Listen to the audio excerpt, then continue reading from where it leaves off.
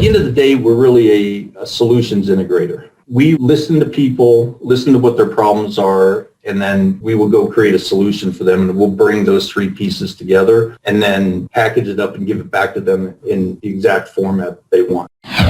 Welcome to the My Future Business Show, where we get you in front of your best audience and keep you there. Not only are we interviewing the biggest names in business to help you become even more successful, we're inviting you to book your spot on the show to help you grow your business.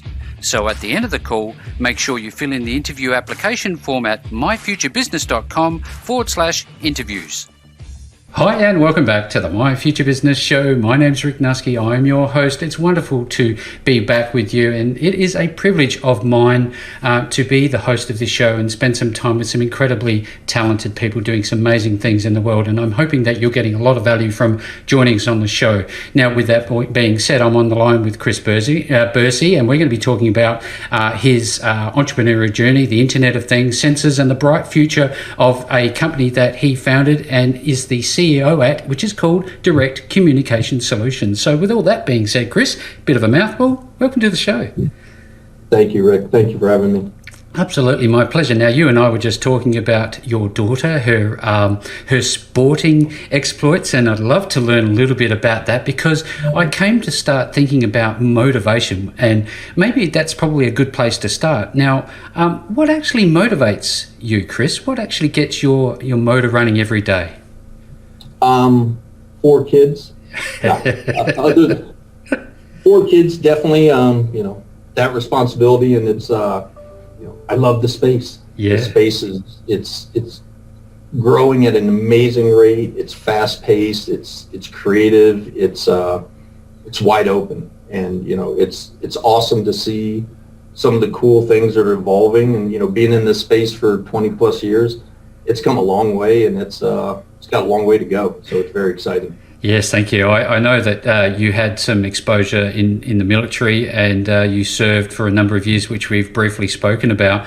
I'd love to go back in time and just talk a little bit about, I guess, your life prior to getting into the SaaS space, and what it was like for you. And did any of those experiences lead you to become the founder and CEO that you are today?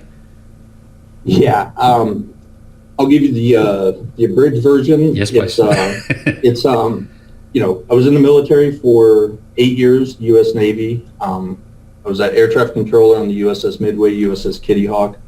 Got out of the Navy. I went to university to get my degree, and I worked as a 911 dispatcher for 5 years. I worked nights doing that. Got my degree, started out in this space, started out in inside sales back in 98, 99, and just worked my way through. So I've had the benefit and the pleasure of working at big corporate companies. I worked for Novotel Wireless, which is now Inseego. Yep. Kyocera, Motorola, and then I parlayed that and started DCS, and started as myself and one other person got it going, and we built it up to where it is today. But it's a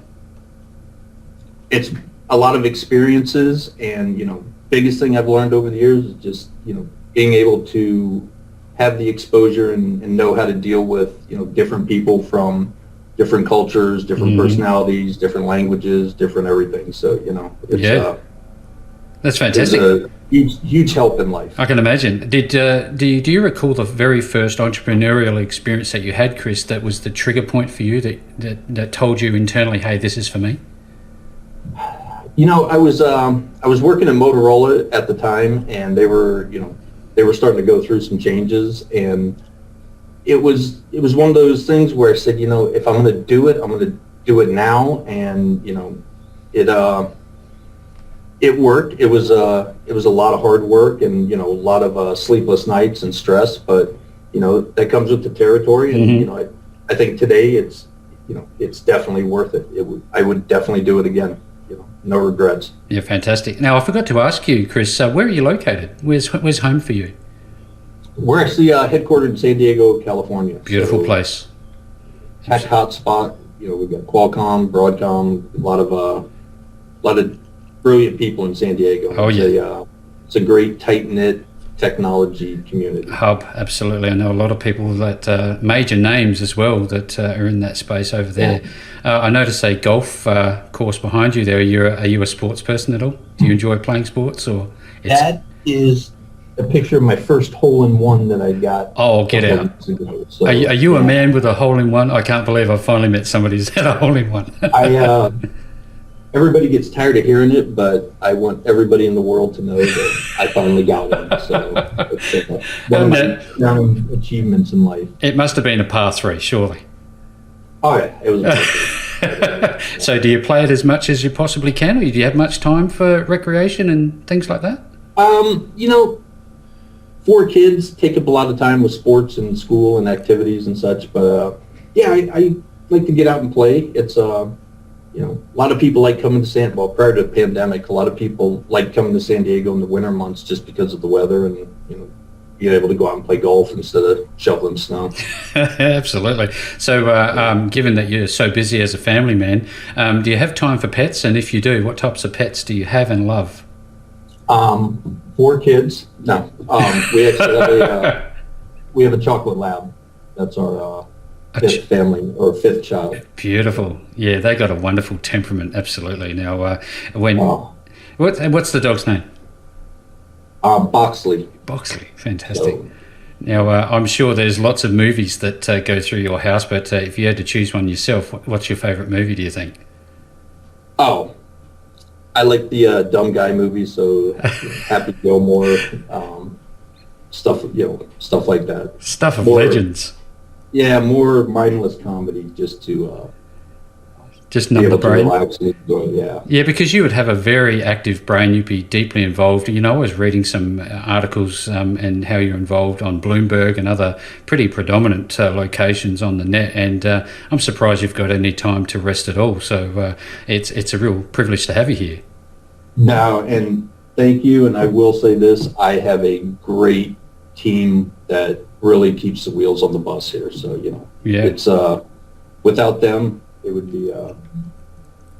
be very difficult. It'd be very different. Now, well, that leads me to the next question, if I may. What's a day look like for you? What's your daily routine involved? Are you an early riser, and what types of things do you do?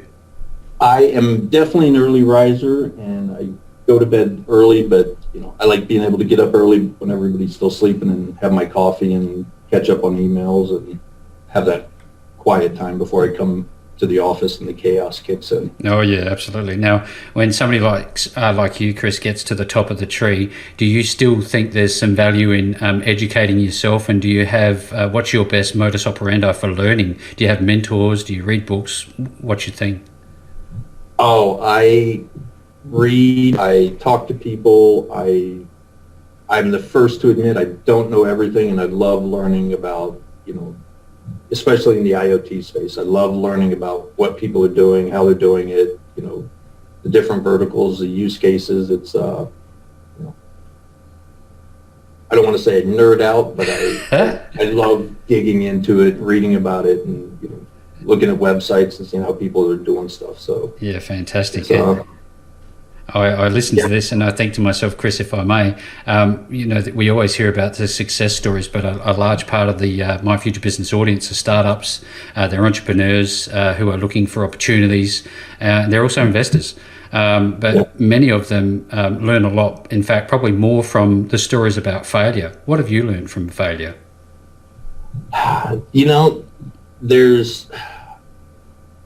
Failure is really not an option. I mean, I think failure comes in different levels and different forms. But I will say this: we're in a market where you can do whatever you want, and you can be as successful as you want, or you can not. And it really, do you have the motivation to go out and do it?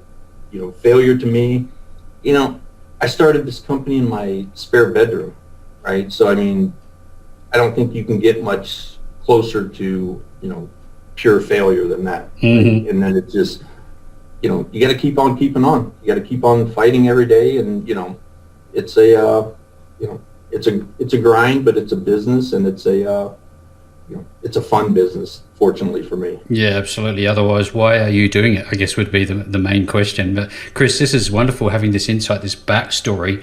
And now I guess it's a really good segue into direct communication solutions. What is it? And tell us a little bit more about it. So, at the end of the day, we're really a solutions integrator, right? So when you look at IoT, there's three basic pillars to every solution, right? So you've got your airtime, wireless connectivity, you've got your hardware, and then you've got your SaaS platform or user interface. So, we really listen to people, listen to what their problems are, and then we will go create a solution for them, and we'll bring those three pieces together and then package it up and give it back to them in the exact format they want, right? Being able to see the data they want. So, we're very flexible, and we can be, very, very easy to work with when it comes to customizing a solution that fits your needs for how you need to run your business. You have a lot of brands underneath, I guess, the umbrella company. Some of them are listed behind you there, MyFleet, MySensors and the likes. But I also noticed one that really caught my attention was one that even monitors beer's life cycle. That really got me thinking, wow, this is a very diverse, service that you're providing. It's it's my personal pet hobby that we're going to bring to market. And full transparency, the pandemic really kind of forced us to put it on the back burner just because all the bars and restaurants were closed. But again, if you look at IoT and as a whole, it's such a broad spectrum and area that when you really start to boil it down, you have to focus on certain verticals. So if you look at the draft beer industry, for example, which is what this solution will do, the average loss on a keg of beer is 20%. Oh, wow. Right? So when you start to nerd out on the actual numbers, a keg of beer holds 1,984 ounces. 20% of that loss is about 25 pints of beer. You sell 25 pints at $5 a pint. Do the math. There's a lot of loss there. So the loss primarily in that space comes from temperature, CO2, overpouring, free drinks, theft, spillage, multiple areas. So the system we've designed will sit on top of a keg, and it will monitor the temperature at the keg level, flow, so you'll be able to see how many ounces were poured, and then you'll be able to, put that up against your POS data to see, how many ounces were actually poured versus how many ounces were actually charged for, right? So you can kind of take that theft out. We built in foam over beer and then shut-off valves for the legal issue. So, if Flash calls at 10 p.m., you can set up the system and shut off all your kegs at the keg level. So there's no after-hours pours. Can you imagine how much money that would be saved? It's if you look at a bar, say with 8 taps in it, and they go through 5 kegs per tap a month, and you're losing 20% per tap at low end $5, high end you pay $8-9 for craft beer. The losses add up, and then that's from a micro perspective.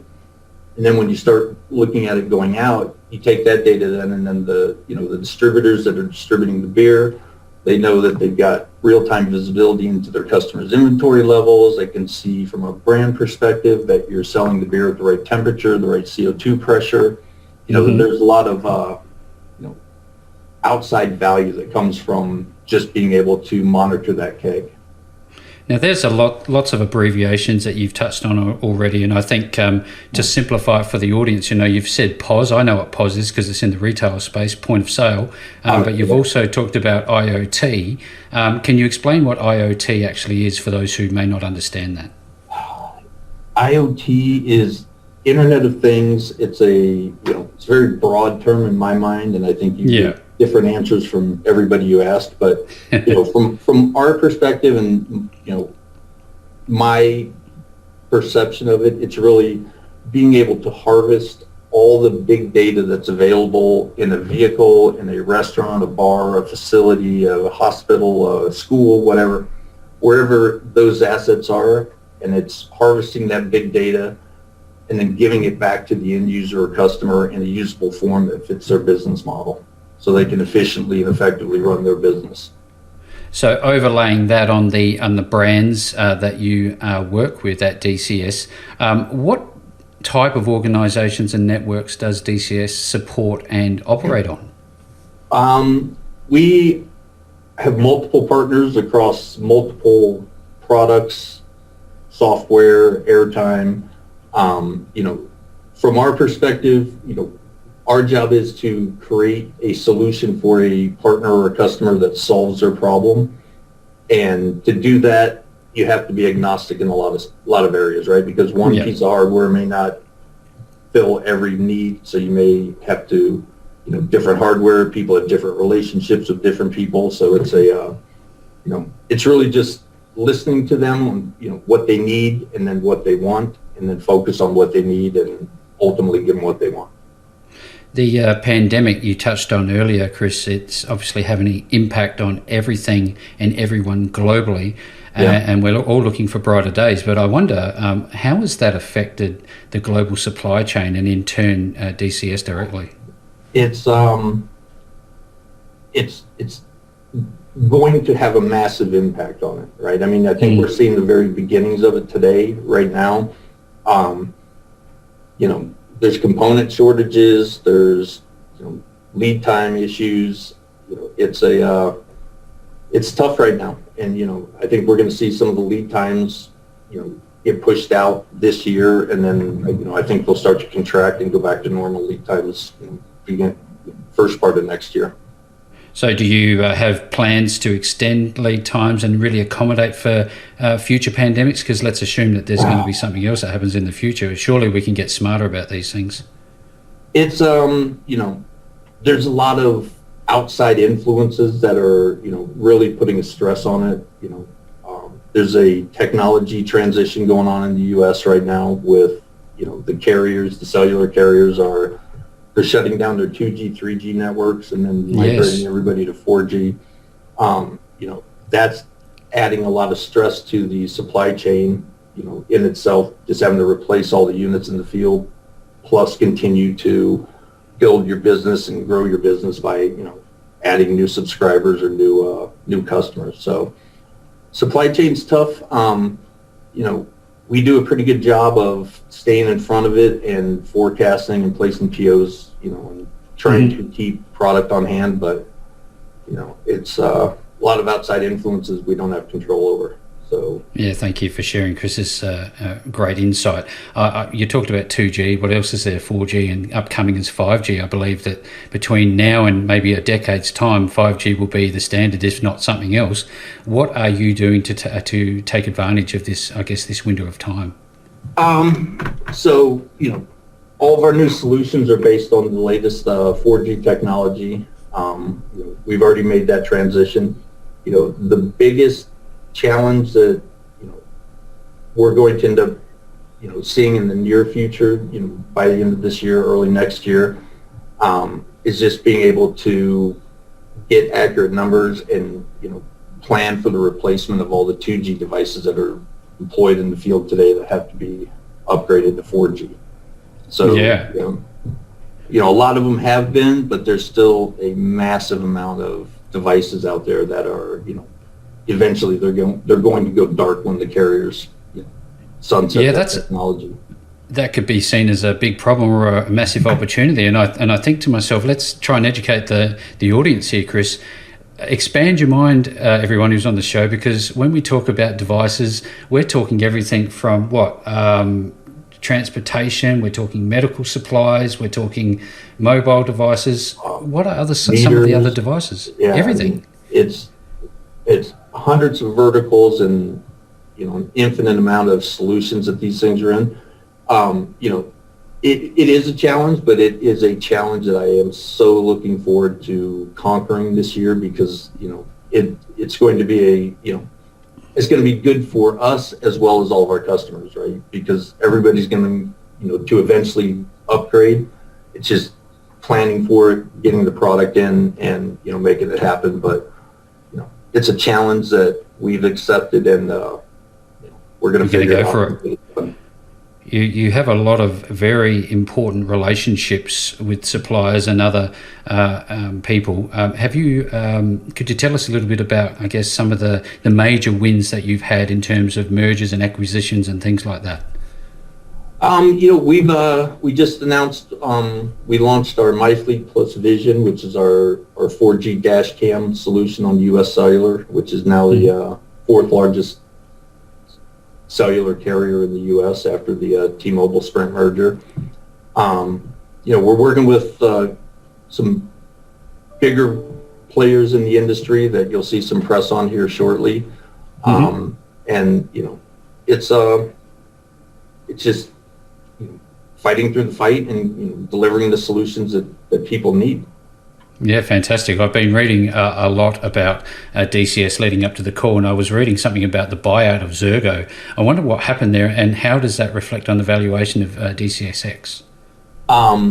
Hats off and congratulations to those guys. They great group of people. They've done a great job and they deserve it.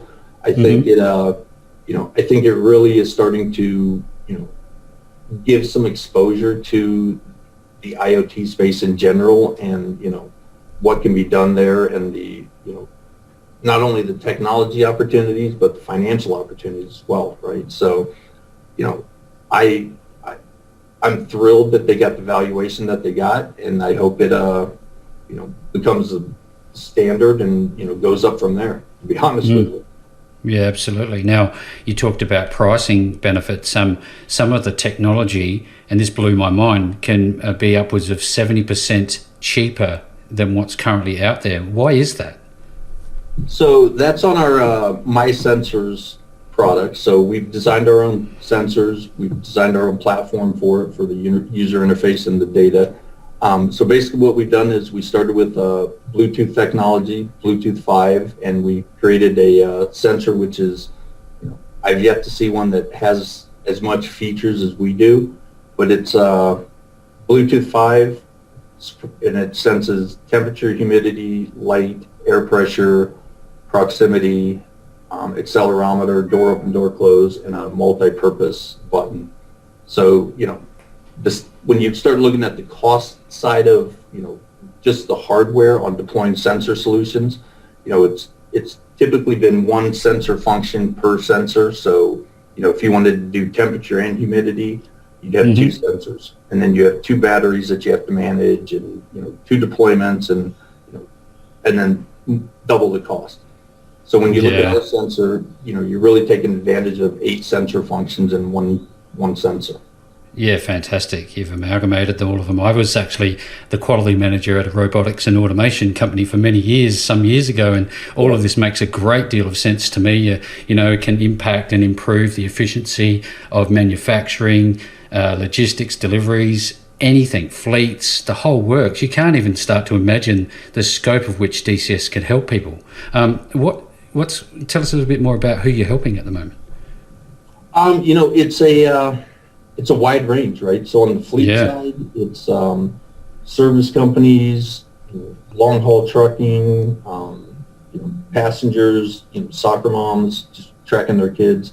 On the sensor side, it's everything from beer, like we discussed, to assets, to tool tracking, to cannabis, right? So when you look at the different verticals, they're all very similar when you boil them down to where they have the same basic requirements, right? So beer, biggest enemy is temperature. Cannabis, biggest enemy is humidity, right? So, you can take that sensor data and then give it back to the business owner, and then they can, at the end of the day, our solutions can tell you if you have a problem before it becomes a disaster. Yeah, fantastic. It's that early notification of, hey, I've got vibration in my HVAC, or my, door's been open too long, or, my temperature is spiking and I've got food or perishables, right? It just gives you that data so you can take action on it. It's all about measurement, isn't it? And getting that real-time feedback. It's all it is. It's, having access to that real-time data that, you can act on as a business owner. Yeah, there seems to be this discussion around the benefits and I guess some of the issues relating to 5G. Do you see that the world is going fully wireless in the future? You've talked about your Bluetooth connectivity earlier. I'm wondering what your thoughts are on that. Oh, wires are so 2000s. Everything's going to be wireless. It's Yeah. I mean, you know, when you start looking at, you know, some of these IoT solutions have 5, 7, 10, 15, 20-year battery life, you know, and it's amazing, you know, what you can do with these, and then, you know, all the other wireless technologies that you can hang off it, and all the, you know, peripheral accessories you can hook up to these, you know, types of solutions. It's amazing what you can do. It's like the world's best jigsaw puzzle. Right? Can you imagine the copper and the optic fiber that we could save, just hundreds of kilometers of it? Oh, yeah, and you know, it's fast. 5G, you know, the spectrum there is gonna, you know, it's gonna really allow that market to explode. And then the nice thing, you know, 4G is still relatively new. That's where, you know, we're gonna spend our lives is, you know, creating those IoT solutions that run on the 4G side, which will be, you know, LTE, Cat 1, Cat M, or narrowband IoT. Yeah, fantastic. Is it a borderless business, DCS? Do you serve the globe, or is it just locally at the moment? What's the plans? We will sell our solutions to anybody that needs them. No, we you know, we do a lot in Canada. Yeah. Actually have a couple of partners in Australia that we work with that we've fantastic started, you know, building the relationship and, you know, starting to work things out. But that'll be good for us. And then, you know, we primarily try to stick to the U.S. in North America. That's where we're, you know, that's really where all of my team's expertise is in, is, you know, the technologies that are available here. Yeah, there seems to be a lot of talk about technology security. How do you go about managing the security components to the business, or is that not an issue? Yeah, I mean, ours is, you know, I don't see how, you know, we do have security, but, you know, when I look at it from our side, is somebody really going to try and hack in and see what your temperature is in your walk-in refrigerator? No. Because I mentioned that because I remember seeing one of your products, which was one of those on-table type octopus-looking things where people could dial in, and I don't know if that was actually a sensor or some other device. It was on. That was the early prototype, yes. Oh, there you go. That's probably why I was thinking about it. Yeah. Now, look, this has been such a wonderful call. Now, this is also, importantly, an opportunity. You know, I know you're listed. I guess let's start with the tickers. What are the tickers? Are you on the Canadian markets, the US markets? Where are you? On the Canadian, it's dcsi.cn, David, Charles, Sam, Nora. And then on the US side, it's DCSX. Fantastic. Now, you're always talking about how important it is to have a solid team of good people behind you. What is it like? Because I know a lot of people on the call are worried about how they're going to manage a team when they build it. And how did you find that experience when you started to employ people to work alongside you? Was it natural for you? You know, it goes back to that learned life experience I got while I was in the military, and then as a 911 dispatcher, and you know, it's just, you know, it's hard to judge people you don't know. You know, a lot of people have great resumes, look good on paper. Oh yeah. Interview well, not so much in, you know, when it's game time. You know, it's just one of those gut things that you know, based on experience, you can kind of tell if somebody's going to work or not work. And, you know, from our side, it's my side personally, it's more about how can somebody interact with the, you know, the senior executive team I've got that, you know, one of the guys has been with me since the Navy. So, you know, way back. We've been working together. Now, importantly, you've shared the ticker information. I bet you there's a few people on the call today going, how can I learn more? So if they want to do that, Chris, where are they actually going to go? Do you have a website? You can go to our website, dcsbusiness.com. And then, you know, my contact information's on there for investors as well as a couple of the board members. So they can reach out and we'll share what we can share without getting into trouble. Into the weeds, as it were. But into the weeds, yes. I've really enjoyed this call, Chris. There is absolutely so much more that we could cover about DCS. I wish you all the very best with it. And with all that being said, this has been just an absolutely incredible show. Thank you for joining me today. Thank you so much. Thanks for joining us today.